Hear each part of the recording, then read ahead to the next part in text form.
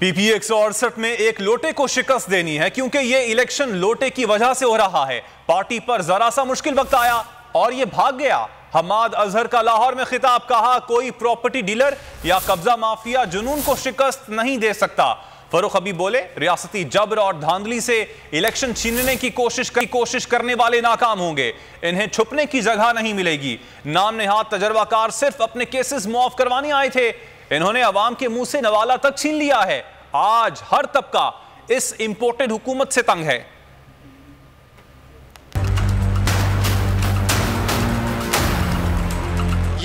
ये हल्का जिसके मुंतखब उम्मीदवार नवाज इवान साहब हैं, यहाँ पे हमने एक बहुत बड़े लोटे को शिकस्त देनी है। और कैसे, जरा सा मुश्किल वक्त आया तो उसने अपना पासा पलट लिया, इसलिए इसको डिस्क्वालीफाई कर दिया गया और आज यहाँ पे दोबारा इंतखाबात हो रहे हैं। 2-4 कब्जा ग्रुप घुस आए हमारी सफों के अंदर और हमें उसका नुकसान हुआ। इंशाअल्लाह ताला मलिक नवाज इवान की तरह के जो हमारे जुनूनी नजरियाती वर्कर है पाकिस्तान तहरीक इंसाफ के, आइंदा उन्हीं को आगे लाया जाएगा। इस हल्के से एक मर्तबा फिर पाकिस्तान तहरीक इंसाफ का उम्मीदवार कामयाब होएगा और इस मर्तबा कोई लोटा उम्मीदवार कामयाब नहीं होएगा। ये लोटों का हल्का नहीं है। और मैं उनको ये पैगाम देना चाहता हूँ जो ये समझते हैं कि हम रियासती जबर के जरिए इलेक्शन के अंदर धांधली कर लेंगे, तो उनको ये बताना चाहता हूँ कि पाकिस्तान की आवाम का सबर आजमाना ना, अब तुम्हारा वो हशर करेंगे कि छुपने की जगह तुम्हें नहीं मिलेगी। बेहतरीन एडमिनिस्ट्रेटर कहते थे शहबाज शरीफ को कि ये बड़ा अच्छा एडमिनिस्ट्रेटर है। ये पाकिस्तान का बदतरीन एडमिनिस्ट्रेटर साबित हुआ है। इंशाअल्लाह मिलके हमने इनका मुकाबला करना है।